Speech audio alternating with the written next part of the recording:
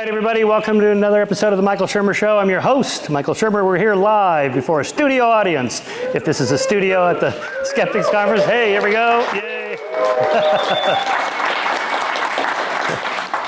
My guest today is Michael Shellenberger. He's a returning champion. He was on a few months ago. He's an investigative journalist, broken many major stories on crime and drug policy, homelessness, Amazon deforestation, rising climate resilience, growing eco-anxiety, and so on now, most recently on free speech and censorship, the Twitter files you've probably heard of. He's been involved in that. He just got back from testifying before Congress. He flew here from DC just a few days ago. You can watch this online if you go to Public. He's posted the video. I watched the whole video on my workout yesterday, so I have many questions on that. And so let's get started with that, I say is a good place to start. Let's assume I'm sitting in for the other okay boomers who don't really understand what social media is. You know, what's this Twitter thing? Is it what TikTok? I don't know, I understand it. Why is this important? What do you mean free speech, censorship? It's just social media. I just read the New York Times, that's it. Why does this matter? All right, well, so social media is a radical innovation in the history of not just the internet, but of printing press. So if you start with past upheavals, you know, we have the printing press that is a major event. It results in people able to print books and read the Bible for themselves. It gives rise to the Protestant Reformation, the Counter-Reformation. Then you have the telegraph, the newspapers, television. Each of these new media create political upheavals. And the internet was a product really of the US Defense Department, ARPANET, created by DARPA. And for a long time, I think the security state and the US government felt like it was something that they were able to contain and control in the same way they had the big newspapers and television. And then you have the twin revolutions of 2016, Brexit, the election of Trump, and the establishment in the United States and in the UK and much of the West felt like their authority was really threatened by a populist nationalist revolt. And so what we've been documenting with the Twitter files and the Facebook files and now a new batch of internal documents called the CTIL files, we've been documenting how people that worked within intelligence and security organizations, including FBI, CIA, Department of Homeland Security, the exact same thing is happening in Britain, basically responded to 2016 by saying, we have got to counter misinformation, we've got to go from counterterrorism to counterpopulism, and we've got to demand censorship of these disfavored views by Twitter, by Facebook. And Facebook had, in reaction to the 2016 election, you may remember the Democrats blamed Facebook for the election of Trump. It's not really the case. Trump was really elected more by Fox News than by Facebook. This is a very mainstream idea among political scientists. Nonetheless, there's really big fears that the social media would allow for these populist revolts. And so what got created was what we've called a censorship industrial complex, whereby the Department of Homeland Security basically created third-party organizations at academic institutions, most specifically Stanford, to basically start demanding mass censorship of disfavored views on Twitter and on Facebook. And this is when we were invited in by Elon Musk a year ago to go into Twitter. We discovered that there was a strong left-wing bias on the content moderation. For example, they deplatformed somebody for saying, in response to an issue on trans issues, she said, but a man can't be a woman though. And she was deplatformed, a woman named Megan Murphy. So it was very left-wing. I think it was 98% of the donations at Twitter had gone to Democrats. But then we were reading through the files and we started seeing these requests from the FBI, from the Department of Homeland Security, and from people at the OGA, which stood for Other Government Agencies, which was code for the CIA. And our skin started to crawl and the hair went up on the backs of our necks, and we were like, we're looking at the US government demanding censorship of disfavored views. And we now know that the White House itself demanded that Facebook do much more censorship of people just talking about the side effects of the COVID vaccine, resulting in, because they were worried that it would make people not want to get the vaccine. Things that we think are very clearly in violation of the First Amendment. And now this is going to the Supreme Court in the form of a lawsuit called Missouri v. Biden. These are things that you may not even read about in the mainstream news media because they've decided really not to cover it very much, but it's very alive on X, formerly known as Twitter.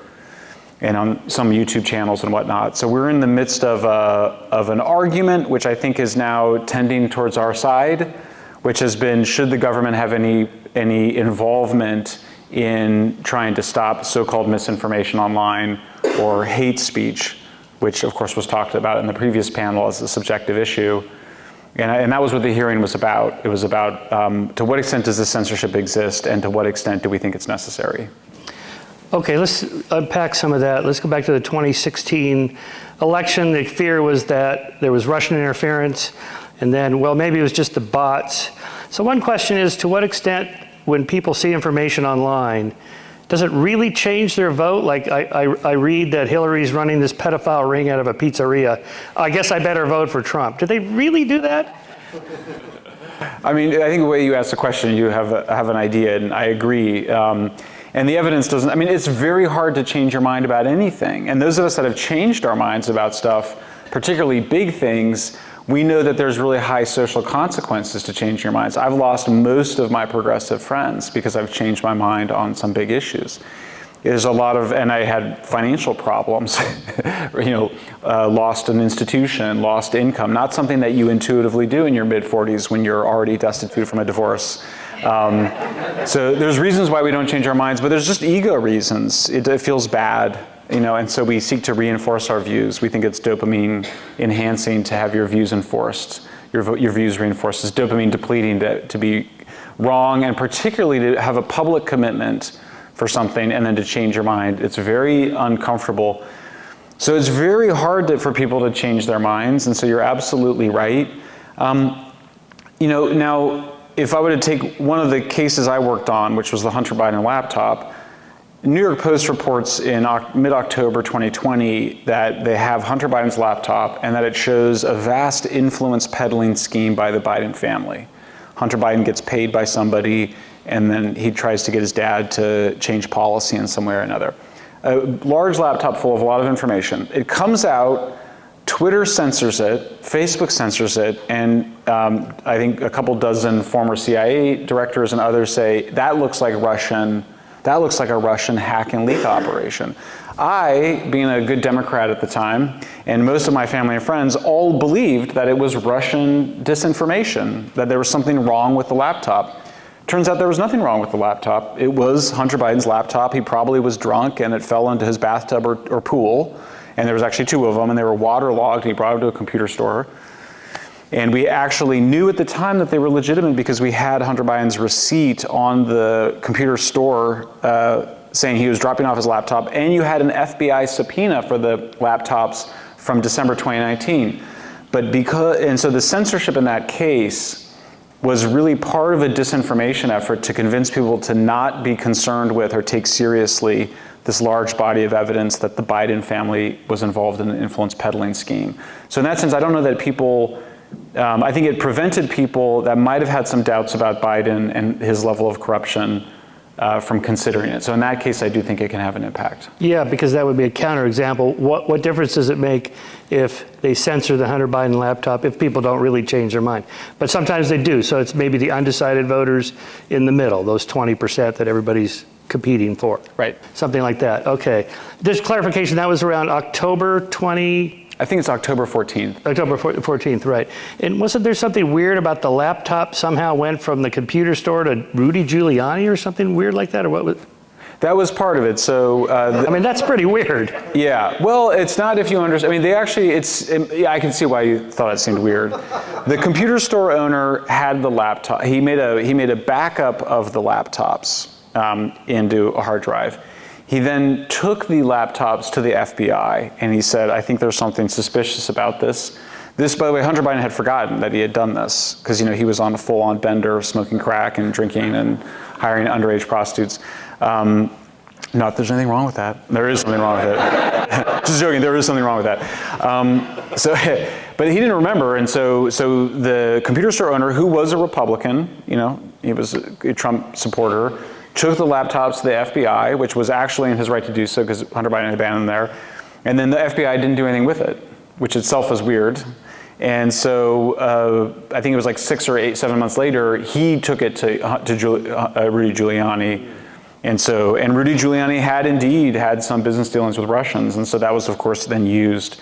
I think one thing that's very interesting about disinformation or propaganda is that it's got elements of truth in it. If it's just a straight lie, people are not going to take it seriously. So it's often the best forms of propaganda are sort of an exaggeration or just going one step too far, but often using elements of the truth.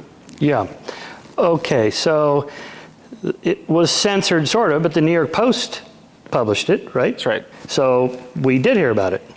That's right. So really what you're talking about is a situation where, in my view, what's inappropriate was two things. The first was the involvement of current and former FBI officials in spreading the disinformation that it was Russian, that there was evidence that it was from a Russian hack and leak operation.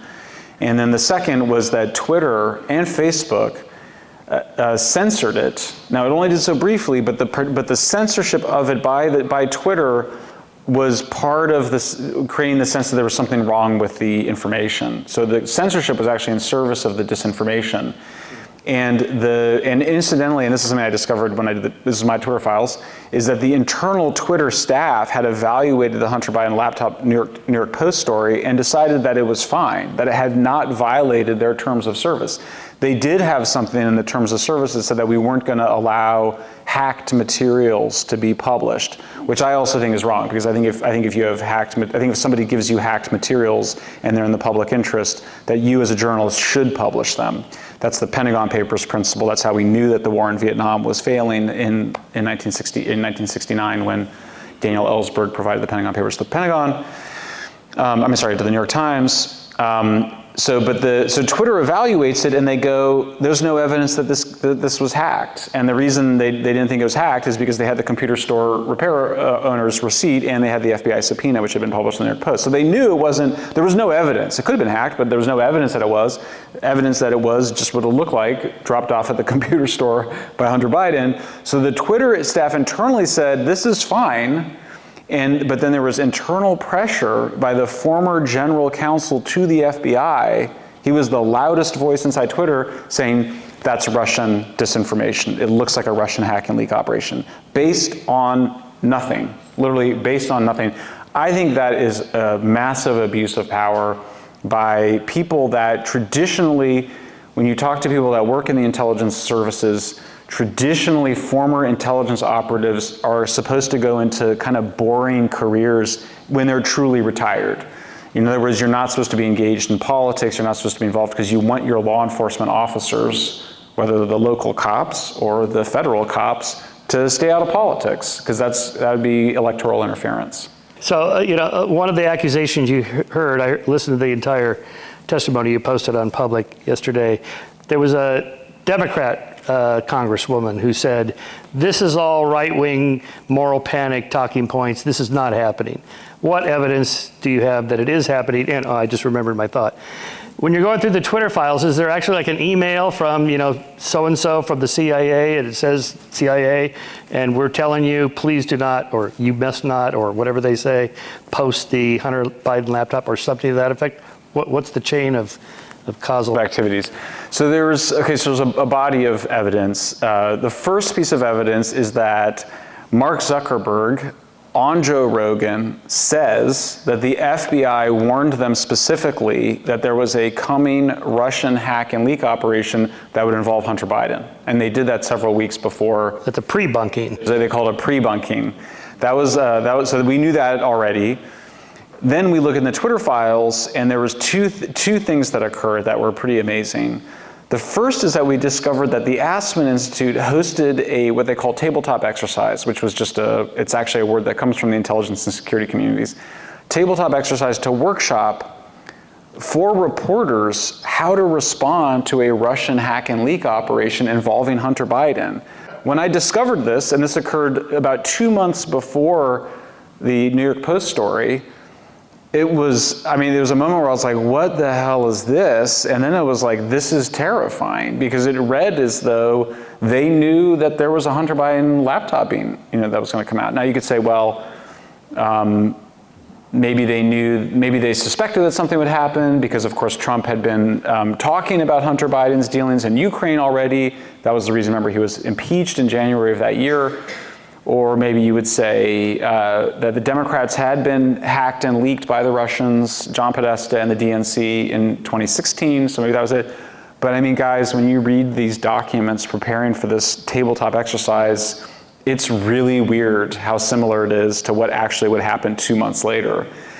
Then you get into the events of October 14th when it's published, and the internal Twitter staff is like, look, it was a controversial story when it comes out. There was some questions around, does it violate our hacked materials policy? And the internal staff comes back and they said it doesn't violate our hacked materials policy. And then you have the person that is most strenuously arguing that Twitter should censor the information was the former general counsel of the FBI. The general counsel is the top attorney at the FBI, which makes him, I think, the second most powerful person in the agency after the director. But if you want to add to it, the deputy director from the FBI was also working at Twitter. And so when you see that, it starts to feel like there's some sort of secret effort going on. It feels conspiratorial. Yes. And how high up in Twitter did it go? All the way to Jack? Was he aware of these activities? That's a really good question. I don't want to get this part wrong. I believe that Jack signed off on the decision. He later said he regretted it, and when he said he regretted it, he didn't suggest that he hadn't approved it. He suggested that he had. But he was also in Fiji, I believe, at the time.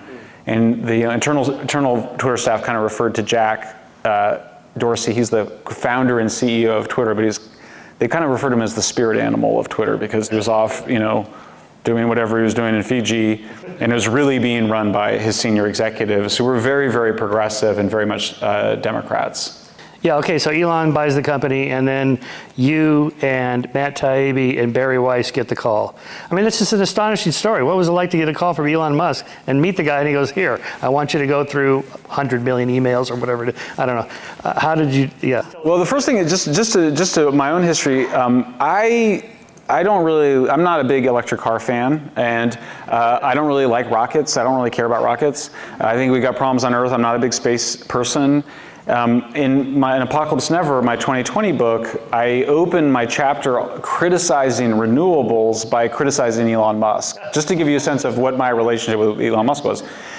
I got invited into Twitter because I'm friends with Barry Weiss. Barry Weiss is a very famous journalist in the New York Times. And she knew that I was a pretty strong investigative reporter, and I live in the Bay Area, and we're friends. And so I had seen Matt Taibbi's Twitter file stories, of course, and of course, like any good journalist, I was envious, and thinking, and after I got over my envy, I was like, how do I get in there and get the Twitter files? And then Barry calls, and I was like, oh, let that be what I think it could be. And sure enough, she's like, I'm flying to San Francisco right now. How soon can you be here? And I was like, as soon as I get done with this interview, didn't even take a shower, I'm in my car driving to Twitter. And it was very exciting because, I mean, a company that is so controversial like Twitter and so influential, I think you were saying people don't know why Twitter is so important.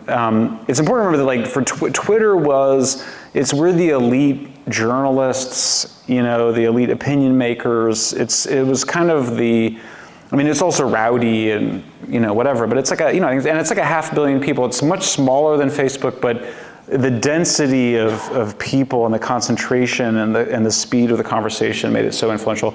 So it had already been through these controversies, of course, where they deplatformed President Trump, they censored the Hunter Biden laptop, we knew they had censored people on COVID, we knew they had censored people on trans, very, very, so then to be like, the promise was, look at anything you want in the files, and you're just like, I'm not sure that's what it's gonna be, but you got in there and it was like, oh yeah, that is what it was. It was very exciting and once in a lifetime, for a journalist. How many files were there total? I mean, it's millions.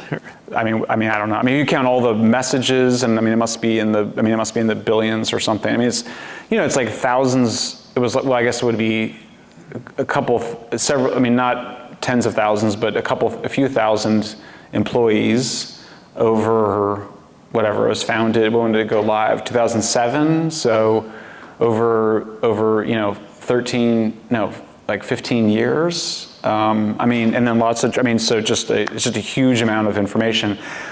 like when you get big data sets like that, you're looking for something. You can't read it all, so you're actually looking for the big incidents where we knew something had happened. Yeah, we were earlier talking about signal detection theory, and you got the signal, but it's mostly noise, so you're going through emails, nothing. I mean, what would pop out, like CIA or whatever? Yeah. Well, yeah, because that was, so the first thing they did, I mean, so Matt goes and he does Hunter Biden laptop first. And Elon apparently is pressuring him. I wasn't in there yet. And Elon's like, let's go. That's how Elon is. And Matt publishes something that's pretty good, and it sort of shows some of the internal conversations. Then Barry comes in and does a kind of cancel culture series about showing that they were, putting people on trends blacklists, like literally, because Jay Bhattacharya is this really important professor at Stanford who argued that we had the wrong approach to COVID and that we needed to just protect the vulnerable rather than lock down society. And he's a very well-respected, esteemed at Stanford, and he was just like pilloried for this. He was censored. We open up his file, and there is a little box that says trends blacklist. On the one hand, you're like, that's horrible. But then as a journalist, you're like, oh, yes. Like it said trends blacklist. So we're like, he was on a blacklist. That was a part of it. But then, Libs of TikTok, which is a more conservative Twitter account, was on there. And so Barry did that. And so we kind of go, we knew there's like 98% of all donations from Twitter staff had gone to Democrats. But then we did January 6th, 7th, and 8th. January 6th was, of course, the Capitol riot, and then the 8th is when Trump gets deplatformed. And since I was the least famous and important of the 3 Twitter Files journalists, they gave me the 7th. They took the good stuff. It's like I was the littlest kid, even though I'm not the youngest. And so they gave me January 7th, but of course that turned out to be a stroke of luck because that was when all the decisions were made to actually deplatform Trump. Similar story, they looked at Trump's tweets and they were like, they don't violate our terms of service. It was not immediate incitement to violence. We talked about this, but he did not say go and break the law. So they said he didn't, but then they had to make up a new justification. So they just basically changed the terms of service to deplatform Trump. That was January 7th. And then somewhere around there, I just start seeing more weird stuff. And I still remember being in the room, you guys are reading. And I was like, hey Matt, are you seeing like these emails from people at the FBI and the Department of Homeland Security?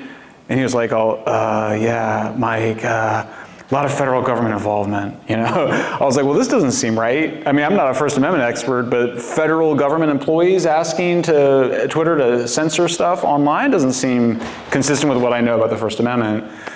And then I had come across, I think, that Aspen Institute thing around the Hunter Biden laptop, and I thought, this is really weird. And so I went back and did a Hunter Biden laptop thread that kind of, even though Matt had already done it, I was like, there's some more stuff that we needed to report out. And that was when I was like, we're looking at something much more sophisticated than just, an angry White House staffer. And so when I say the censorship industrial complex, at this point, we are at about 200 non-governmental organizations, most with government's funding, that are involved in efforts to demand censorship by social media platforms of views that they don't like. It's amazing. Plus the Department of Homeland Security, the FBI, the counter disinformation agency of the British government, plus we're seeing activities by Australians and New Zealanders and others, very sophisticated operations, both to demand censorship, but also in our view, to spread disinformation. Basically, because you can spread disinformation a lot of ways. This false debunkings is a very interesting one, where somebody goes, oh, that's been debunked, and it's like, well, but it hasn't been debunked. It's true. And so you get into a kind of hall of mirrors situation, which makes it very hard to figure out what's going on. So these social media platforms are powerful, so our security agencies are concerned about them. Do they do the same thing to the New York Times, the Wall Street Journal, ABC, NBC, CBS? They're still powerful. Yes, so So the historical relationship between intelligence and security agencies and the major media is like I could take a whole panel, but my view is pretty similar to Noam Chomsky's. Noam Chomsky and Edward Herman wrote a book called Manufacturing Consent. I think it's old now, it's like 1987, but they argue that elites in the United States, starting with Edward Bernays, who was Freud's, son-in-law or something, and he was an advertising and PR guy, but also kind of for the elites, but also Walter Lippmann. The elites in the United States had always said, look, we have to manage public opinion. This is Machiavelli. Okay, so this is not super new. This is something that rulers have always tried to control how people think. The media was much more rowdy before World War II. It was much more what we call yellow journalism. Think Citizen Kane. Much more tabloid, many more different kinds of newspapers. After World War II, particularly with radio and newspapers, you get a kind of concentration and much greater control by the government. We know from the Church Committee hearings of the 1970s that the CIA had a bunch of journalists on payroll in the New York Times and other newspapers. It's very shocking. It's called Mockingbird, Operation Mockingbird. That supposedly got shut down, but we think there's a lot of evidence that the intelligence agencies have continued to pay journalists, particularly abroad, to engage in this kind of activity. But there's also just a kind of affinity. You go to the same cocktail parties in Georgetown, it's State Department and CIA people, and then one way you control the journalists is by leaking information to them, which is why you should always be skeptical when people are giving you information as a journalist. So the big break, though, of course, is with the Pentagon Papers in the late 60s. If you see the film The Post, the Meryl Streep, Steven Spielberg, Tom Hanks movie, Meryl Streep, who plays Katharine Graham, the publisher of the Washington Post, she gets the Pentagon Papers and is considering publishing them, but she's friends with Robert McNamara, who's the defense secretary. And of course, he says, don't publish the Pentagon Papers. This will undermine the war effort. And anyway, I'm not going to spoil, the ending. She publishes them.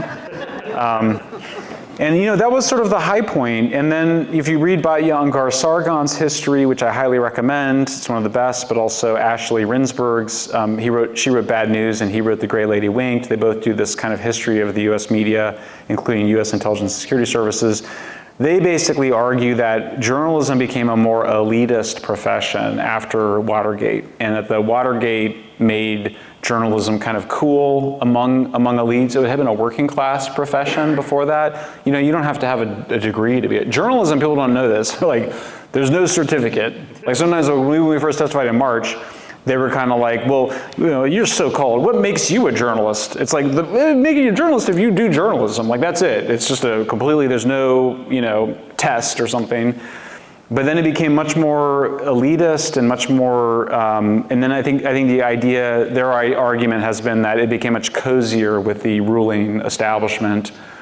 So you kind of get to this period of the most, independent press, kind of early mid-70s, and from there on, you've had a much more complacent and complicit news media with the establishment. How did the social media companies get so powerful, so big? I'm just thinking, newspapers, you got the Wall Street Journal, New York Times, and there's half a dozen other fairly big ones. You got ABC, NBC, CBS, CNN, Fox, PBS. Why aren't there at least like 6 Twitters, such that no one has too much power? Or 6 Facebook, whatever happened to MySpace? Yeah, so the short answer is network effects. And so network effects it's like, why don't we have more than one electrical grid? Or why don't we have more than one sewage system? Because it doesn't make any sense at a physical level. And so it's a utility, and it's an information utility. Social media is an information utility. So if you go visit Trump's Truth Social, or you go to Instagram's Threads, or even Blue Sky, Jack Dorsey's attempt at a new one, or Mastodon, whatever, the user interface or UI of those social media platforms, it looks the same as Twitter. And you can sort of say, well, they're not creative or they're just ripping them off or something. But I mean, there's kind of one form. If you want to get, what you get with Twitter is a lot of information density. So you can go through a huge quantity of information. Contrast this to the printing press. You can go, printing press for books was a revolution. Then you get to newspapers. which already newspapers are amazing because you do get a lot of information density. You open it up and there's all this information. But then you get to the next level with your Twitter feed, and it's infinite information. There's not enough hours in the day for you to read all the information on the Twitter feed. So it's the efficiency and the advantage and the network effects. If anybody would have been able to challenge Twitter, it would have been when Mark Zuckerberg at Meta started Threads in the summer. Threads is a Twitter clone. It looks almost exactly like Twitter. And what he had going with him, he had what looked like network effects because you immediately ported from Instagram to Threads. And so, and Elon was worried. Everybody was worried that suddenly Threads would replace Twitter. And it just had this big kind of first week effect, and everybody was looking at it. And then I went there and I was looking at it, and I was like, okay, so I don't know what I get out of this, that I don't get back on Twitter. And you actually didn't have the same kind of energy and network effects, and so you just ended up going back to Twitter. And now I haven't been to Threads for weeks. And I think that the traffic is down, and it's not gonna come back up. Yeah, I did the same thing, and I realized no one's over here. They're all over in Twitter. If I want to communicate with people, I got to go to Twitter. So you get this kind of snowballing effect that leads to monopolies or duopolies or whatever. There just aren't that many options in almost any industry, and this is certainly the case even more. Yeah. So what are your thoughts on to what extent the government should regulate this so there's more competition? You could even be a pro-free market libertarian and go, oh yeah, competition is great. But it just happens or it doesn't, and it's just not happening in social media, so then what? Well, that's a great question, and it's a question I spent a lot of time on recently. So I think it's a natural monopoly, consistent with natural monopoly theory. Electrical grids are a natural monopoly, and we have a policy solution, which is that we said, all right, the electrical utility can be a monopoly, but you have to be regulated. So it's a regulated monopoly. You can't raise prices and gouge consumers. And let's say the monopoly is owned by a Republican, he can't deny electrical service to Democrats. You can't deny electrical service to Nazis or communists or pedophiles, convicted pedophiles who serve their time or whatever. They have to have electrical service. It's a universal entitlement. You can't deprive somebody of electrical service. You can send them to prison if they break the law, but you can't deprive them of electrical services because you disagree with them. Now, in the case of speech, unlike electricity, we have a First Amendment that says that the government, says Congress, but it means the government shall take no action to abridge, which means limit, freedom of speech. So the government cannot limit freedom of speech. It's really not absolute. Okay, so we do limit freedom of speech in very limited circumstances. You can't lie to somebody to steal their money, that's fraud. You can't deliberately lie about somebody to destroy their reputation in ways that cost them money, that's defamation. Very high bar for defamation, by the way, though, very high. People can lie about you, and mostly, there's a new book called Liar in a Crowded Theater about all the ways, which is a great title, which is about all the ways in which the Supreme Court has allowed people to lie. And if you think about it for a minute, you can see why you cannot criminalize lying, because everybody does it all the time. And then also you cannot immediately incite violence, for which the bar is extremely high. Just remember, the Supreme Court allows Nazis to march through neighborhoods of Holocaust survivors. That's the bar at which we set it in the United States. That's different than Europe. They don't allow that, but we do. So it's very, very few limits on freedom of speech. Also, you cannot make somebody say something they disagree with. You might remember the guy that didn't want to make the wedding cake for the gay couple. You can't make somebody say something they don't agree with. Compelled speech. Compelled speech, that's against the First Amendment. So where are you left with? In my view, where you're left with is, I've evolved, my views have evolved a little bit, but at first I thought you can mandate transparency in exchange for having Section 230. Section 230 is the sweeping liability protections if you're a social media company. Section 230 is a part of the legal code that distinguishes publishers like Public or Skeptic magazine or New York Times from Twitter, from Facebook. Twitter and Facebook have this really sweeping liability protection. If somebody breaks the law on their platform, they have to take it down, but they can't be sued for it if they did so, if they took action when they needed to. My view is if we're going to give, if citizens are going to give these powerful companies this sweeping liability protection section 230, then the companies should agree both to some transparency, but also to allow adult users to moderate their own legal content. Meaning, me, Michael Shellenberger, you, Michael Shermer, we should choose when we sign up for the platforms how to filter our own content. Maybe I want Greta Thunberg's filter. Maybe I want Michael Shellenberger's filter. Maybe I want ADL's filter. Maybe I want Elon Musk's filter. But you should be able to choose that. The things that are still illegal, I mean, I have no problem with FBI asking Elon Musk to take down illegal speech, child pornography, horrible trafficking, that stuff. It's illegal, take it down.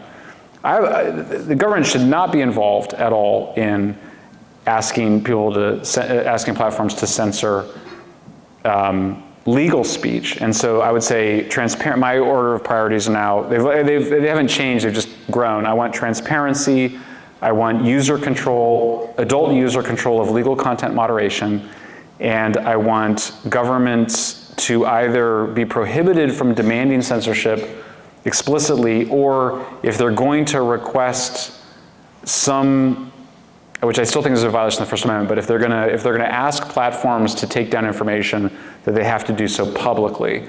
Because I think when a White House official is demanding that Facebook censor speech around, say, COVID vaccines, that they should have to immediately report publicly that I'm asking Facebook to do this. If I libel you on Twitter and it damages your reputation and you lose income, you could sue me personally, but you can't sue Twitter because they let me on there. As long as they took action based on reasonable evidence as soon as it was drawn to their attention. I see. But if I publish an op-ed in the New York Times libeling you, you could sue the New York Times because they fact-checked it, presumably edited it, and said, yeah, we're on board with publishing this, it's okay. That's correct, and the only thing I'll add is that the bar is still very high for libeling, and there was a decision called Sullivan versus New York Times, where a southern state, I can't remember which one, they sued the New York Times for running an ad for the civil rights movement. It was like Martin Luther King or somebody, and they got some facts wrong, like in the ad, but it was kind of ticky-tacky stuff, And they sued and they said it hurt us and it was wrong, and the Supreme Court said that's too low of a bar. That's right. The Dominion voting machine case against Fox News, because those Fox News hosts saying that they were complicit in the fraud said so on the air. So Fox News is liable, or maybe I forget how that. That's right. And also you had texts from Fox staffers to each other being like, we know this is wrong. Yeah, that's right. Yeah. And then I think Dominion lost some money. So I think you have to have, but that was a terrible case. Fox's reputation was hugely damaged by that. Would a solution be for Elon to implement, say, rules in Twitter to the employees? If you get an email from the CIA, send it to me and I'm going to post it to my 50 million, whatever it is now, followers, and then everybody could see as kind of an exposure of what the government's doing, which is essentially what you're trying to do through public, is look what we found. Yeah. I just interviewed Senator Rand Paul yesterday. We sat down with him for about 20 minutes. He has legislation that would ban the federal government from making these demands. It's not moving in the Senate, unfortunately. It doesn't have quite enough support from his supporters. I suggested that he do a more moderate approach, which is just requiring that they report their demands when they make them publicly. Like you just tweet out, I asked Facebook to, censor this. And then I think also you could do that. You could require that the social media companies, in exchange for Section 230, require their employees to publicly report if a government employee asks them to censor something. I think that's a very reasonable thing to ask. And yes, could Elon do it on his own? Absolutely. When I think I'm comfortable saying I've made my views of this clear to Elon. If I'm going to testify about it publicly, I'll tell him what I think. And he sort of says that they're moving in that direction. And to be fair, I think they are. Turkey, he complied with a request from the Turkish government. It was in court, so they were being pressured by the Turkish courts to do that, to censor some people. To his credit, and this was already underway when he took the company over, but to his credit, he actually published the Turkish government's takedown requests and censorship requests and the names of everybody who was censored. So that's a little, it might seem a little bit in the weeds, but I think that sort of transparency is important because information wants to be free, wants to get out, and so if it gets out that way, then maybe it can get out to the Turkish people in some other format. Let's try to see it from the government's perspective. Let's do a Pete Boghossian, what are they thinking? If you're tasked, it's Homeland Security, CIA, FBI, especially Homeland, and you think there are threats. There are bad people, and they're out there, they're doing stuff. I'm being paid. I am being held responsible for finding these people and doing something about it. They're on Twitter, and I need to do something about this. And then you push back, well, no, you can't, and there's the rules or whatever. But just from their perspective, they're thinking they're really causing a harm. They're a threat to the homeland. They're using social media. This is literally our job to do something about it. Is that what they're thinking? Yes, that's and we know what they're thinking because they're having to defend the censorship in Missouri v. Biden. And sometimes you'll get some confusion where they'll say things like, we have to be able to talk to the social media platforms to stop crime, but that's not even a legitimate argument because that's already illegal. No one's proposing that they not be allowed to stop criminal, like illegal speech. We're simply talking about legal speech now. So then the big case would be COVID. So you would say people are promoting ivermectin, would be a good example. They're promoting ivermectin as a cure for COVID. I agree with people who say that, look, ivermectin's pretty harmless as an herbal remedy and has a lot of benefits on other diseases, but it's not proven that it prevented COVID and might create some complacency, might result in people getting the disease that wouldn't normally get the disease. And so you would say we need to take down these posts that advocate ivermectin, claiming that ivermectin works when it doesn't work. I think that's inappropriate, and I just think that that you get that's an abuse of the idea that you're protecting people from harm. There's a lot of examples you can give. Like you can you can give really horrible examples. I'll give one that I gave 2 days ago. They said, a member of Congress said, do you agree, this is to Matt Taibbi, who was with me, that that Twitter should not allow terrorist atrocities to be on its platform and terrorist propaganda. Now she made a mistake because she included terrorist atrocities and terrorist propaganda, which are two separate things. I think I would strongly defend the right of Twitter and indeed the necessity of Twitter to have terrorist propaganda on its platform. I think terrorist atrocities, I think there is a case for privacy. If you have a loved one who's being beheaded on Twitter, I think that there's a reasonable case to be made that it's a violation of the privacy rights of the family to have your loved one being, raped or beheaded or killed or anything on Twitter, and that there is a case to have that taken down. I think somebody saying, from the river to the sea, Palestine shall be free, or saying, death to Israel, I think that is protected speech. I think that's legal speech. And remember, the standard is very, very high. The free speech standard in the United States is very, very high. Nazis can march through Skokie, Illinois. The Nazis cannot say, burn down the house or kill those Jews, because that's immediate incitement to violence. So, now if you say on Twitter, let's go march in Skokie and burn down the house of the Jews, I think that's a violation. I think that's illegal speech, because for me, that would look like immediate incitement to violence. If you say, let's go march through Skokie for the cause of Nazism, I don't think that's immediate incitement to violence. So for me, I'm not trying to, I'm a very simple person. Like, I'm not trying to develop new case law. I'm trying to look at how the Supreme Court has ruled on this with a great amount of wisdom. And again, read the new Jeff Kosef book, Liar in a Crowded Theater, a beautiful book, describing, when you read the book, you realize how special the United States is and how special the First Amendment is. Because remember, in Europe, free speech was just what the king would give you. It was like, because they evolved from a monarchy to a democracy, and people, sir, could I please criticize the king in this one regard, And the king would be like, okay, but just that little thing. And then it'd be like, for hundreds of years, that would go on. We started America, and the people that started the United States, they felt so strongly about the First Amendment, not all of them, but most of them felt strongly about free speech, that they said, first of all, it's an inalienable right. It's not something that the government gives you. It's something that you have from birth as a human being, both the right to speak and the right to hear other people's views. And that shall come before everything else. It comes before government. Government doesn't give you freedom of speech. You have freedom of speech in America, and then you can decide whether to constitute a new government or not. That's why it's the First Amendment.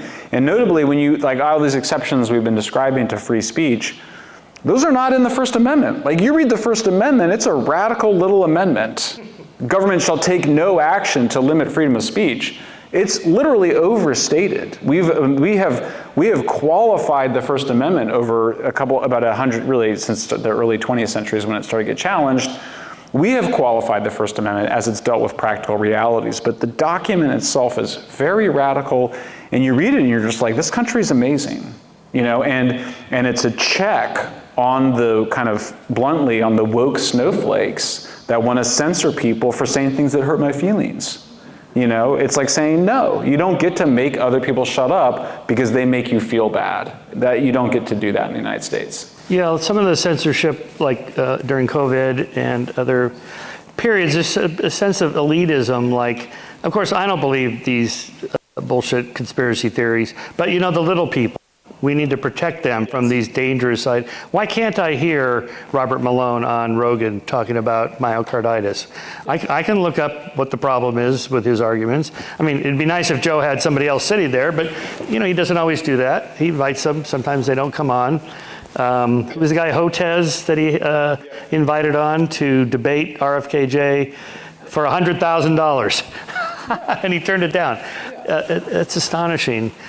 You know, why is that? What is it, that kind of that shift in journalism to this kind of elitism? Yes. We're going to filter for the masses what they can hear. I think that's right. By the way, it just reminds me that I'm only a year into my study of free speech.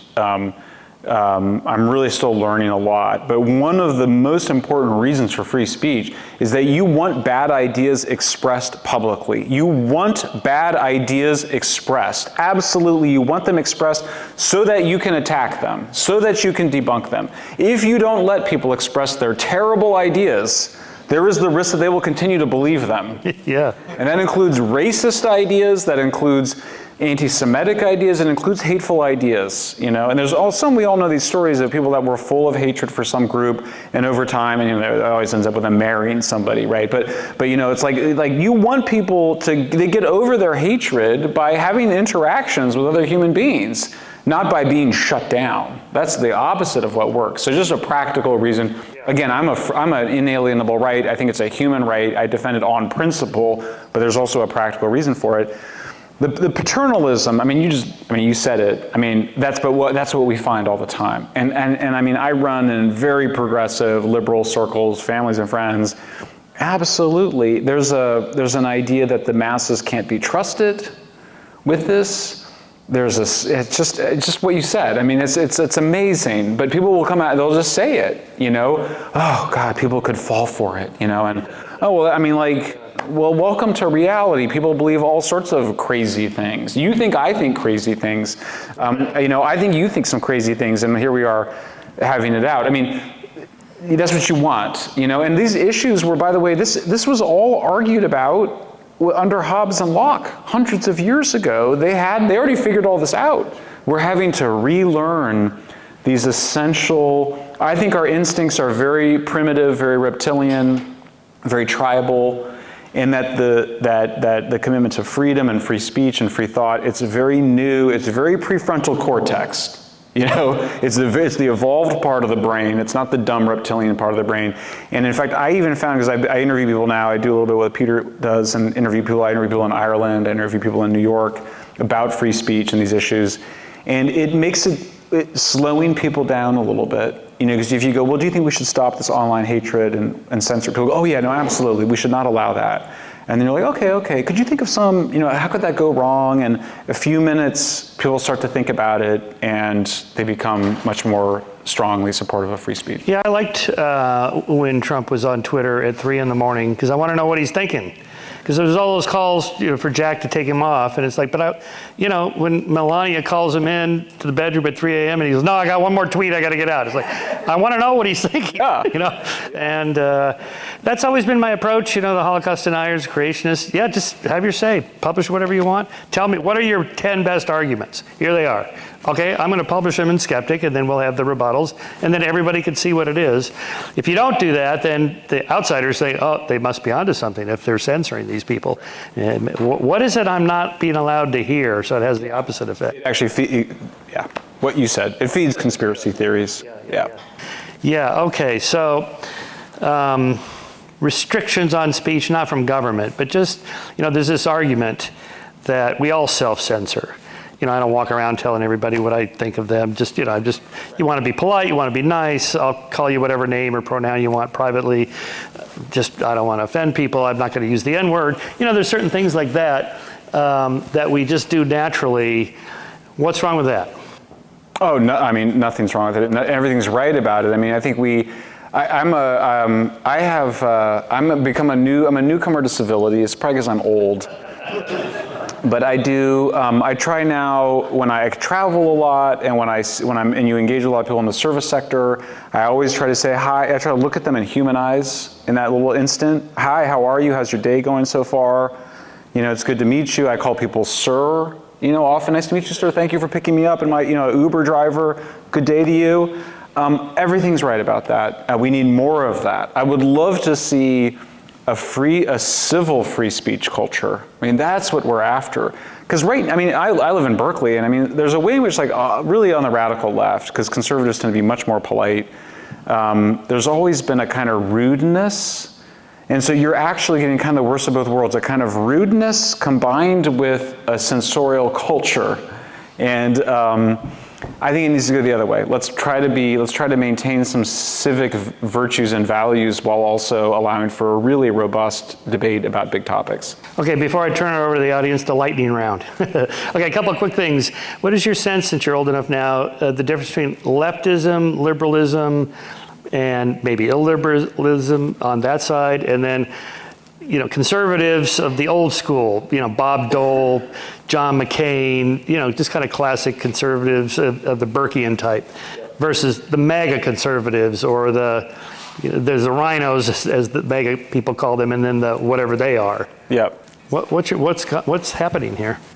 It's definitely gotten more confusing. So, the traditional left-right spectrum still has some explanatory power. The traditional division, of course, in the French Parliament was between the defenders of tradition and the people that wanted change.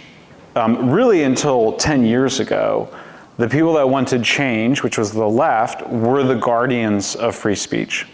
And the conservatives were wanted to put more restrictions on it. And then that follows from what we were talking about, how the kings would allow a little bit more free speech over time gradually as a kind of conservative position. I think the left, I'm a Gen Xer, and so in the 80s and 90s, where the radical left and liberals, where we had common ground, was on free speech. And so I was a radical left young man, and I was very much in favor of free speech. So we're liberals. So was the Warren Court and mainline Democrats. It was conservative Democrats like Al Gore and Tipper Gore who were on board with the kind of religious right in terms of constraining speech. Now the left has, as I mentioned, or maybe I didn't mention it, Democrats went from being, in 2018, 40% of Democrats agreed that the government should take efforts to reduce misinformation online. Today, 70% of Democrats agree with that. I am dedicated to making that 70% number go back down among Democrats. I think it's a huge priority. I think it's an existential risk to the United States to have that high of support for censorship among Democrats.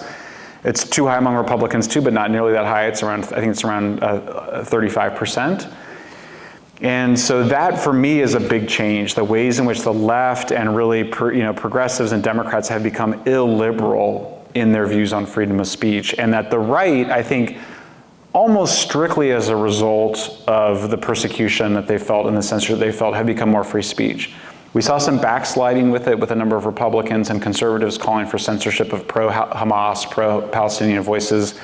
Huge mistake. I had hoped that some of the people on the left would see the right's call for censorship of pro-Hamas and pro-Palestinian voices as a reminder that it's not a good idea to get on the censorship train. That's right. There was that list of those Harvard students and those groups promoting Hamas, and amongst Wall Street people, don't hire these people. There's the list. Whoa, a list. Yeah, and to be fair, that's a tricky one because, of course, on the one hand, it's a blacklist and it's ugly. On the other hand, that's a form of speech. Yeah, right. And so even saying you shouldn't hire somebody like that, it's a tricky one because, of course, cancel culture comes before formal censorship. I mean, that was what was going on. You get to cancel culture kind of growing in power, and then it bleeds into, once you go from, basically, you have cancel culture coming from within the culture to cancel people and prevent them from having jobs or working places. And then you get the intelligence and security agencies using cancel culture techniques to demand censorship online. And then you suddenly, a clear line has been crossed. But arguably, cancel culture is using your free speech to try to change institutions. It's a little bit more in the gray area, I would say. Okay, last question. I wasn't going to bring this up on UFOs and UAPs because we already talked about that in a previous episode. But in Pete's street epistemology here, he was asking what would it take you to go from skeptical of UFOs, UAPs to be a stronger believer. He said, if Michael Shellenberger told me he talked to somebody, not somebody like you, but actually you. And you have talked to people that said they saw whatever they saw. Has that changed since that's a couple months ago when you were interviewing people? What's the update on that? Okay, so the big update for me on UAPs is that, in part because I love you and I love skeptics, I am working on a major piece that is going to make a full-throated case that the UAP phenomenon can be entirely explained by a combination of disinformation and social contagion. Oh, nice. And I spent 5 hours interviewing the author of what I think is maybe the best book ever written on UAPs. It's a book called Mirage Men. I highly recommend it. It's a beautiful book by Mark Pilkington, 2010, maybe 2009, British folklorist. And I interviewed him about 2.5 hours over Zoom and 2.5 hours in person in London. I really like him. He's genuinely one of the most interesting people I've ever talked to. And he actually gave me he has a little press that's tied to MIT Press. And he gave me a really interesting book about the first case of somebody who thought that his thoughts were being controlled by machinery. And it was actually during the French Revolution. It's an amazing book. And that helped me to see that, we sort of knew this, but the person who thought this was sane in every other way. And they just had he had this one delusion that there was this pneumatic machine underneath the British Parliament that was, there were these like people controlling his thoughts with these machines. So I do think it's possible, so I'm going to make a full-throated case that it can be explained by a combination of Air Force disinformation, a very famous case of Air Force disinformation around the Kirtland Air Force Base, and social contagion. Now, there's a great twist in the story, which is that Mark Pilkington opens his book having seen very dramatic UFO. Actually, he saw them twice, and they were the orbs, for those of you that are UFO watchers, or at least UFO observers, or whatever that would be. The famous orbs, which is one category of UFO. I know you know what those are. Probably ball lightning, but the Foo Fighters, World War II. Well, yeah. So so it's funny because I'm interviewing him, and he's the skeptic, and I'm more agnostic, I guess. And I was like, well, it's probably a balloon, and he was like, nope. And he flew over the lake, and then it ran in, then it goes up against a cliff, and then it goes above the cliff like that. And I was like, well, maybe it was a drone. He was like, it was before drones, and so there's anomalous phenomena, and I don't think we know what it is, and so I think there's just genuinely where I'm at is, and I've talked to more sources, by the way, since those stories, and there's been other reporting that says there's just a lot of people that are reporting this. There's some chance that the standard story is true. I think there's some chance that it's all disinformation and folkloric contagion and just natural phenomena that we don't understand. And then it could be something that we don't understand at all. Yeah. Well, there's this problem of anomalies. No theory in science explains everything. So you always have this residue of unexplained anomalies. What do you do with them? You don't have to do anything with them. You just assign it to a grad student to go figure it out. That's what they're for. You just have to live with that uncertainty. Okay, Alexander, let's turn over the mic here to the audience. And can you distinguish between censorship and promotion? Because someone might say something others consider bad, but if it's given low promotion, it's not censorship. It's a really good question, and it's not an academic question. It's actually, it's such an amazing topic. I love this new topic for me. Like, I'm really bored with homelessness and climate change, and like, I've done my books on that. I can't write any more articles on it.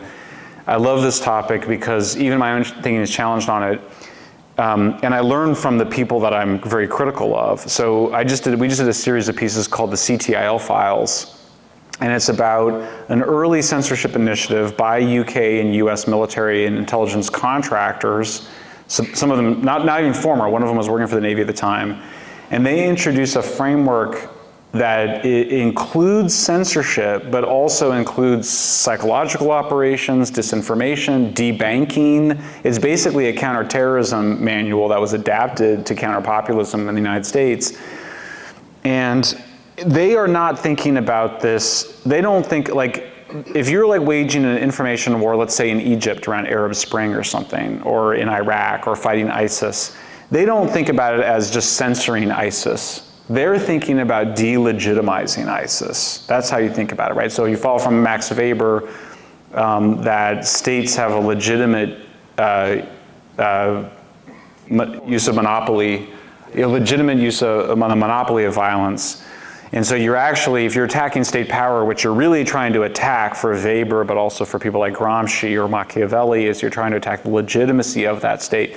So they're often talking about that as how do you restore the legitimacy of the state against these populist threats, and they would include Tucker Carlson, they would include Joe Rogan, they'd probably include Michael Shellenberger in some cases. And so they're thinking about it in this broader sense. And so what you see in places like Canada right now is the government subsidizing state-sympathetic or state-sponsored organizations, not just Canadian Broadcasting Corporation, but other outlets that are basically sympathetic to the state, broadly the government, the establishment. And so it gets to your question, you may get the same result of censorship, but without having to be so crude. Because of course the big problem with censorship for people that are engaged in it is that it can backfire very easily with what's known as the Streisand effect. In fact, my book, Apocalypse Never, would probably not have been a bestseller had they not censored it on Facebook. So it comes out, there's this violent reaction to it, the Facebook does a bullshit fact check on it, they lie about a very factual thing, which is the natural disasters becoming better, not worse, over time. And I'm very upset about it, and so I'm going crazy. They're censoring me, and I think a lot of people bought the book because they were just like, this is outrageous. I'm going to support Shellenberger just because he was censored. It's known as the Streisand effect because Barbara Streisand tried to stop the photos of her house from being shown, so everybody went and looked at the photos of her house. So, so the propaganda is very powerful now, and the most powerful forms of propaganda, of course, are ones that you don't think of as propaganda, and so it's a subtle art form, but I guess it all gets back to it gets back to authenticity and it's interesting because Tucker Carlson has gone full UFO alien, he's not I'm more I'm like I don't know And Tucker's like, well, there's space aliens, we know, and Joe Rogan, 1 week is I think there's space aliens, or I think it's all a psyop, and it's, but I think people trust those guys, not because they're consistent or because they agree with them on everything, but because they think that they're representing what they really think, rather than what they think somebody wants to hear, or what they're being paid to promote. And so I do think authenticity is still something that people are able to sense, and integrity is something they're able to sense, and it's very hard to to fake it. And so, anyways, a long way to answer your question, but hopefully got at some of what you're getting at. Okay, 2 questions. What do you think of Jack Smith's use of Trump's Twitter information? And secondly, what do you think Elon's real reason for buying Twitter was? I'll start with the last one. It's obviously getting the Babylon Bee back on Twitter. I mean, what else could it be? I'm just kidding. That was one of the first questions we asked him. And it was a funny one. If I remember correctly, we were sort of like, did you buy Twitter just to get the Babylon Bee back on Twitter? And he was a little bit like, I felt like I was watching him think about it, and it was like, that was the reason. And then, but he didn't want, it was kind of like, oh, well, no, to defend free speech platform. I mean, I think it was you may know there's some of the backstory was, he's friendly with one of his ex-wives who I think texted him at one point, and when Twitter was getting really crazy, and was like, can you buy Twitter and delete it, was what she said. But no, I do think he was genuinely committed to free speech. There's always concerns that he would use it to advance his businesses. He just tweeted, he doesn't have to do a lot of advertising for the truck, is it called the Cybertruck? The Tesla truck? Because he's got 160 million Twitter followers. But I mean, I think it creates as many problems as it solves for him. I mean, you may know that they just launched like the biggest rocket, I think, in like human history, and it happened right at the same time as being accused of promoting anti-Semitic content, and it was kind of sad because I'm not even a rocket guy. Like, I don't care about rockets, but it was like, that seems like a pretty big deal. You just did the biggest rocket in history, but it's sort of overshadowed by all the stuff around Twitter. Sorry, what was the first one? The first one is, what do you think of Jack Smith's? Oh, it's inappropriate. I mean, look, Explain that. Well, in one of the lawsuits against Trump, which is really, yeah, the DC sues Jack Smith, and it's related to January 6th, right? It's the stuff around him instigating January 6th. I mean, look, my view of January 6th is, and we've written about it a lot, is that that was a failure of security, that there should have been better security, that we still don't know why Nancy Pelosi and Mitch McConnell did not approve National Guard troops to be called out for January 6th, because they were specifically requested by the chief of the Capitol Police. We know that there were hundreds of federal agents at the January 6th protests, and that security failed, and that is a security failure, and security failures are bad, and we should prevent security failures. I spent a fair amount of time in Latin America and Africa where they have real coups. That does not look like a coup to me. That looked like a bunch of dudes. I mean, I thought it was stupid. I mean, there's the guy with the horns. I was like, there's a QAnon shaman. Like, that doesn't look like coups I've seen. Coups I've seen, though, there's tanks like blowing up the Parliament building. So I think it's a pretty big abuse of power. I think that Trump is somebody that does not respect liberal democratic institutions. I don't think that's how he thinks about I don't think that's how he thinks about the world.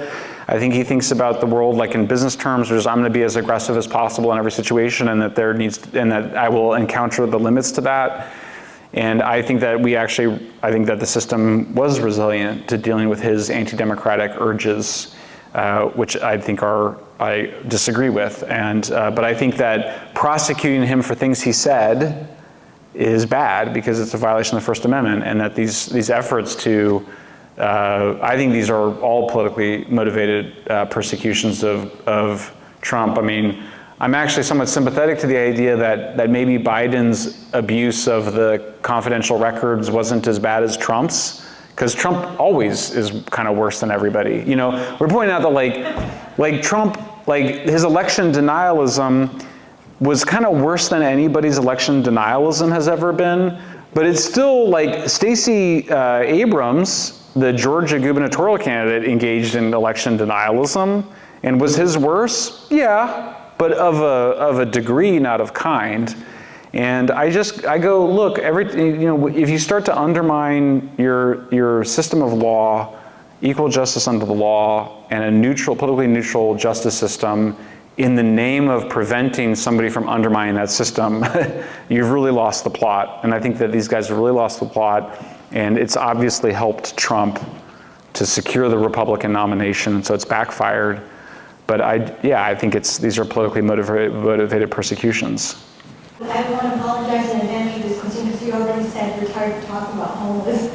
It's okay. I wanted to ask if, I know that once you write a book, that's obviously not the end of it. If there are certain evolution feedback and all of that. And I'm wondering, with respect to San Francisco, if you have any further thoughts on that, and you have any kind of evolution thought process. I mean, not a lot since San Francisco. I'm also politically engaged. I think that it's not enough to just write. I think you have to do things in the world. So I've co-founded 2 coalitions. One's called California Peace Coalition. The other one is called North America Recovers. I also ran for governor. I did not win. You may have noticed. But I do think that I do think that the problem is ultimately that you need a new governor. Because the public's pretty close to where we are. I mentioned the Big Lebowski attitudes. That's there, but when you ask in polling questions, do you think that people who use drugs publicly, defecate publicly, camp publicly, breaking the law, should be given drug rehab or mental health care as an alternative to jail or prison? 75% of voters in San Francisco agree with that, which is basically the same nationwide. So there's clearly a disconnect from the voter position and what the politicians are doing. Gavin has moved a bit in our direction. It did help to kind of surface these issues in the campaign, which is why I'm proud of the campaign, even though we didn't succeed. He's done something called care courts, and now he's trying to get more money for mental health. We have plenty of money, so it's really not that. But the care courts are basically trying to reestablish some coercion for mentally ill people and people suffering from addiction to get the care they need as an alternative to prison, since people, if you're just like, I mean, addicts are, like they've lost control in some ways of their behaviors. And so if you're just like, would you like to quit drugs and live in a shelter? People are like, hard pass. But you're breaking the laws, that's an opportunity. I think also for the Big Lebowski guys, when you're breaking, it's one thing to be like harmless and being an addict. I don't think addiction should be criminalized. I think that when you're breaking laws to service your addiction, that's a chance to get you the help that you need. So we've been advocating this. You may have seen Gavin debated Ron DeSantis a few nights ago on Fox, and DeSantis held up a picture of the famous poop map of San Francisco. So I mean, it's the albatross around Gavin's neck, and because of a lack of courage and a lack of heart, because I do think in a certain way he is a heartless person. Not trying to be mean, I just think, I don't know how you amputate the legs off of mentally ill people and then go around talking about how we're doing it right in California. I don't know how you do that. I just think that's fucking immoral. So I think that somebody needs to run for governor against him again, or not against him. Somebody needs to run for governor in California and surface his issues. So hopefully somebody that has a lot, is a billionaire and can pay for their campaign. But that's ultimately the level at which the problem needs to get solved, because the mayors can't do it for a variety of reasons. And then I don't think it's the role of the feds. I do think that you need a statewide psychiatric care system that uses more coercion to get people the care that they need. In Britain, in the lead up to the Brexit campaign, there was a lot of false information put out, it was repeated, and once Brexit very sadly went through, there was a rise not only of verbal violence against immigrants and British people who weren't of white skin, but actual physical attacks as well, about 3 times more it rose by. And I thought by normalising the language, as Trump has done with sexism and racism, and as is happening with Muslim and Jewish people at the moment, by normalising violent language, it does lead to not immediate and unlawful violence, but more violence in the longer run. Can you think of any good ways of trying to combat that? Through more speech. Yeah, we should be arguing against the hate speech. We should be humanizing all groups, and we're all human beings. We all have children, we all love our families, we all have a right to exist. That's the only right response, I think. I think censorship makes it worse, and it also is just wrong at a basic moral level. We have started, my team has started tracking hate incidents in response to the October 7th Hamas attacks, in part because my friend Barry Weiss was a victim of anti-Semitism. Her office was vandalized, and that upset me, and I don't want to see my friends suffer like that, so I want to get a good baseline on it, in part because I also don't trust, first of all, I don't think that law enforcement should be tracking speech. I think law enforcement should be focusing on crimes, and hate speech is not a crime, at least not in the United States. But we have started tracking it, and the vast majority of hate incidents are speech, still. And there's been real abuses, I mean, I'm not suggesting that there's no relationship between the increased hate speech and some real-world violence, but the case has been overstated. And I'll give you two examples. We looked at a rise of attacks on Jewish people in New York. And the people that were committing these attacks on Jews were not white supremacists. They were mostly African Americans in places like Crown Heights. A much more inconvenient story. And their anti-Semitism is complicated. I'm not saying it's not anti-Semitism, but it has to do with things like class, resentment, and envy, and misunderstandings as well of what it means to be Jewish, or even who is Jewish. My colleague Alex Gutentag, who's not only Jewish but also the daughter of Israeli immigrant, has written very well on this topic at Public. The other case is the anti-Asian violence. I saw a lot of anti-Asian violence get ascribed to Trump, saying the China virus or whatever. And there was a group called Anti-Asian Hate. In fact, actually, my colleague Leighton Woodhouse, who's half Asian, also wrote about this.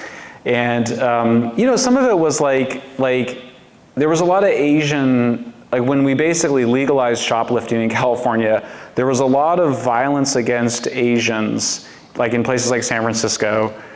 And it was motivated, like when you interviewed the perpetrators, they were like, well, yeah, because Asians carry more cash with them, or I'm not, this is what they say, Asians are more passive and we're less likely to fight back. So there was often, is that discriminatory? Yeah, but it's not like I thought they were bringing the virus into the country.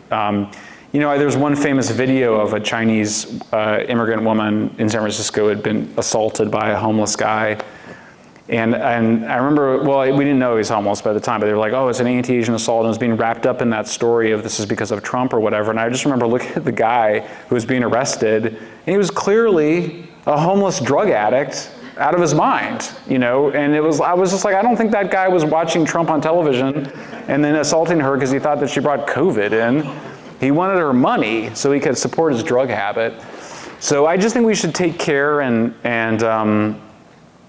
I think that we do need, Alex in her article talks about when she was a school teacher in New York and her mostly black students, expressed anti-Semitism publicly in class. And when she told the kids that she was Jewish, they were shocked because they just didn't think that they knew anybody Jewish. And when they thought Jewish, they were thinking of the landlords, and so there was some education there that occurred, and I think it made a difference in the same way that people became more accepting of gay and lesbian couples by knowing them. I think it helps, for Jews to be proudly Jewish and talk about what that means to them and why it's bad to generalize about Jews in the same way that it is about black people. And we don't want to do those kinds of stereotypes and generalizations anymore, and we certainly don't want to support that kind of hatred against people. So I do hope we see this increase of hate incidents, which is a genuine increase since October 7th, as an opportunity for that kind of dialogue and conversation and not what Peter is doing. If I lost him, what he does in that street epistemology is so powerful because it opens you up to changing your mind in a way, and it's the opposite of the media literacy that they're now pushing in schools. They're literally, the governments, this gets to your question, California, Canada, Australia, I think the Department of Homeland Security in New York, they're pushing the so-called media literacy programs on kids in schools. But it's not about media literacy. It's not about critical thinking the way that you guys do it. It's about telling kids to listen only to establishment corporate news media It's just saying, look to make sure it's the New York Times, the Washington Post, or Wikipedia, or whatever, and make sure you don't, it's not a Substack publication, heaven forbid, or Skeptic magazine. It has to be, you should just learn to obey the mainstream media. I mean, that's just the opposite of that, question authority, critical thinking. Maybe your opponent is right about something, maybe you should change your mind, what are your assumptions? Critical thinking is, we have 100 years.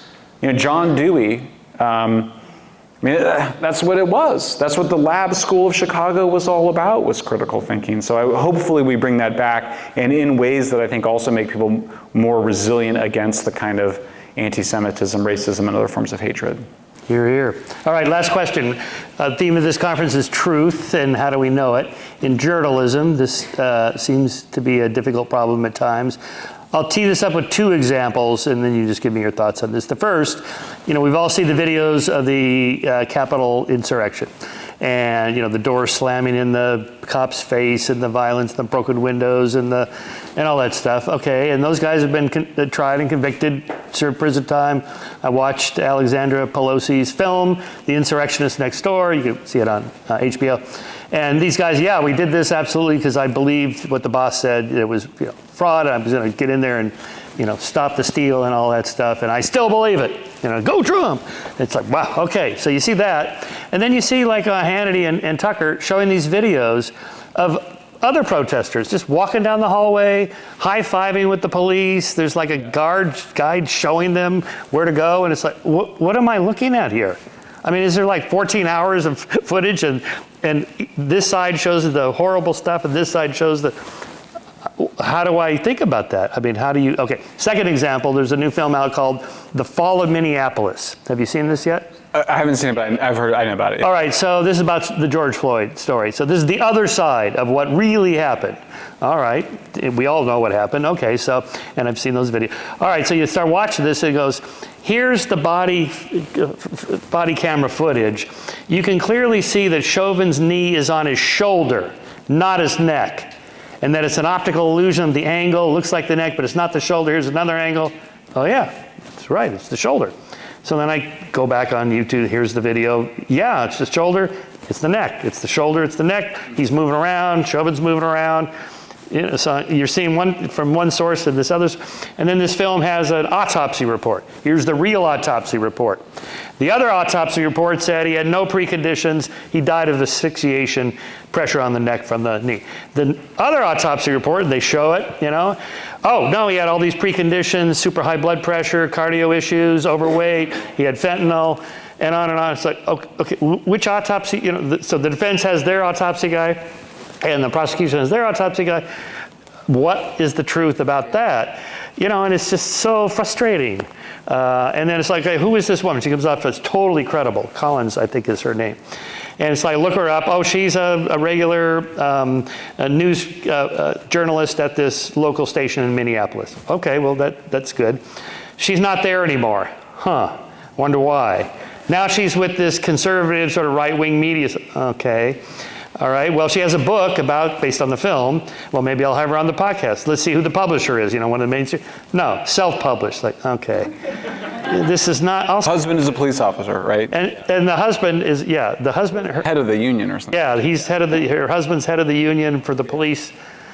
And it's like, oh, come on. So, what's the right, and on and on and on. And how do we think about it? Those are great cases. I know a lot more about January 6th than George Floyd, but I mean, the January 6th one, so multiple things are true. We know there's multiple federal agents that were involved.